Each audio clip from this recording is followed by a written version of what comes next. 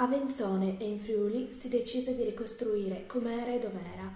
Questa fu una sorta di rivoluzione dal basso, guidata dai comitati di base. Chi furono i principali nemici di questa battaglia? Chi non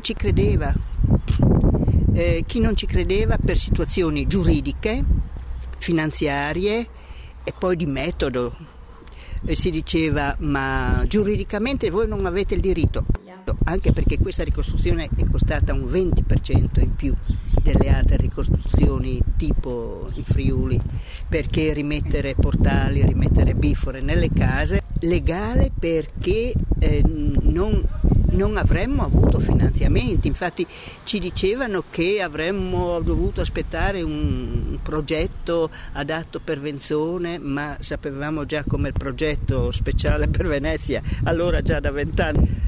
E in più di filosofia teoretica, ricostruire, restaurare un paese non esiste, e combatterono i grandi restauratori dell'epoca. Ma se la cultura di allora ci avesse offerto non prefabbricati, Coge Paltan, non case popolari a schiera, pensi lei con case popolari a schiera cosa ci avrebbe fatto sto Duomo?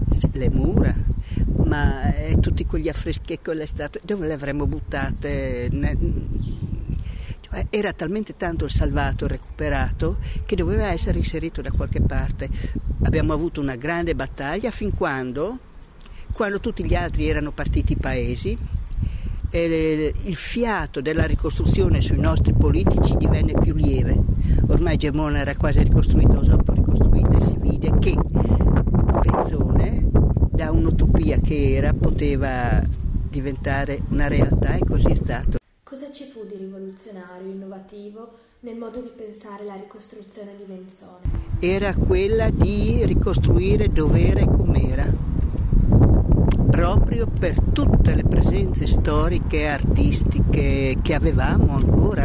Davanti agli occhi avevate gli esempi di ricostruzione del dopo Vaiona, Longarone e il caso Belice. Che cosa vi spaventava di quei modelli? Che anche noi non saremmo riusciti a concludere una ricostruzione. Cioè non avevamo davanti a noi una ricostruzione ancora avvenuta completamente. Nessuno ci diceva che noi ce l'avremmo fatta, perché erano gli anni del 76-78, il delitto Moro, quindi in Italia c'era ben tanto di cui parlare. E poi il fatto che nell'80 arrivò un terremoto molto più grande del nostro, che era il terremoto dell'Irpinia. La legge statale dell'8 agosto 1977 premiò l'ostinazione friulana. Furono stanziati 3.000 miliardi in 5 anni e affidati alla gestione della regione.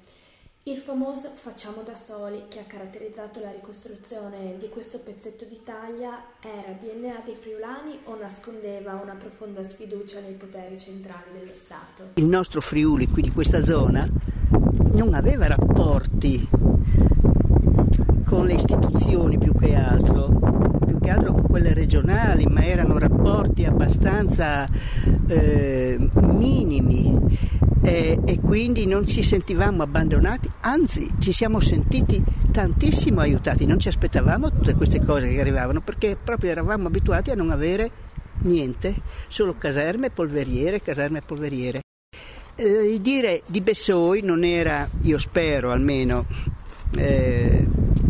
presunzione, era solamente dire: io voglio partecipare alle scelte che faccio, io voglio sapere il perché si fanno certe cose e non altre, voglio avere una voce in capitolo, perché quello che farò in questo momento durerà per la vita, e per me, per i miei figli e per i miei nipoti, ripeto, specialmente alla gente d'Abruzzo.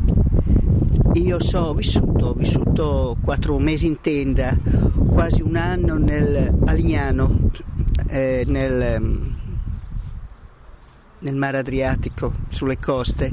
Sono tornata su, ho vissuto 9 anni e mezzo in baracca, e sono stati anni difficili, ma c'era la prospettiva di una cosa che mi dava soddisfazione, che era quella che io volevo, per un progetto condiviso, un progetto che ti fa vivere bene di nuovo nel tuo paese, vale perdere del tempo.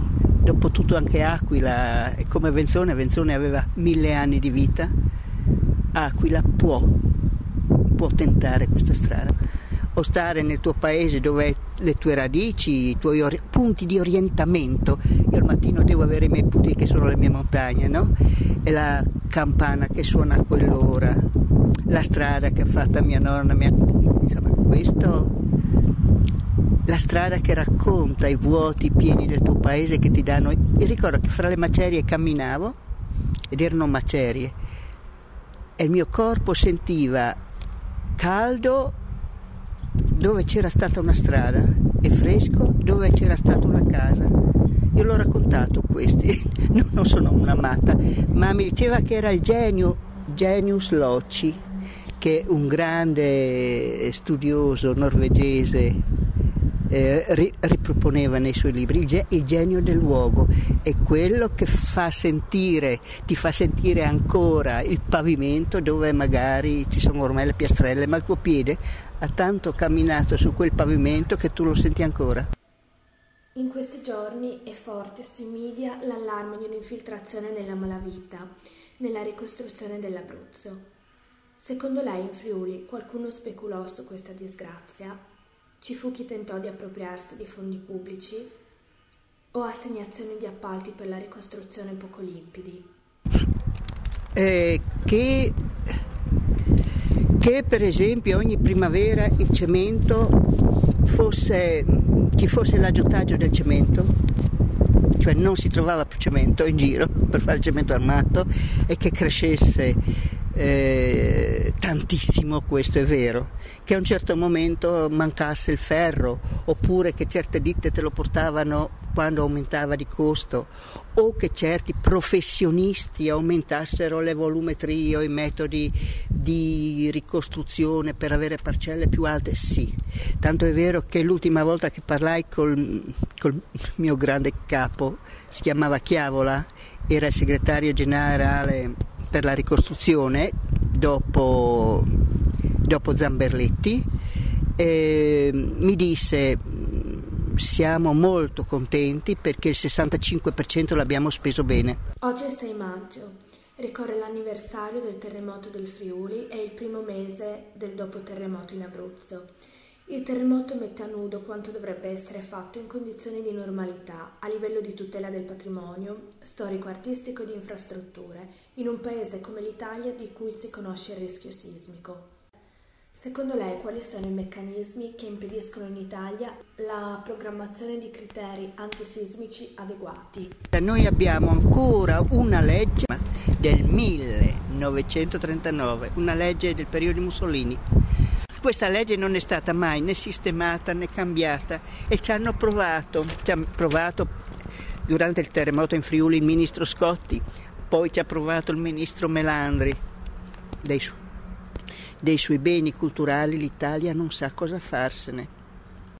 Secondo lei in Italia permane una tendenza ad accusare proprio le belle arti della portata della catastrofe? Le belle arti non hanno nessuna capacità e nessun potere, sono senza una lira.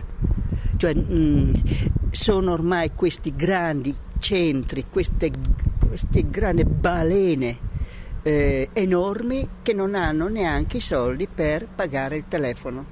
Il modello Friuli e la ricostruzione di Venzone hanno lasciato in eredità delle impostazioni di metodo che possano essere utili per la ricostruzione dell'Abruzzo? Certo che sì, anche se per esempio sono state prese come base ma migliorate nella ricostruzione dell'Umbria e delle Marche. Cioè fra Frane, Vajont, situazioni. L'Italia è un pericolo, bisogna cercare di salvare i beni. Il Firenze con le alluvioni, i suoi beni culturali, sono eventi che arrivano, ma se arrivano una volta, 2, 3 nella vita bisogna rendersi conto che potranno tornare a arrivare.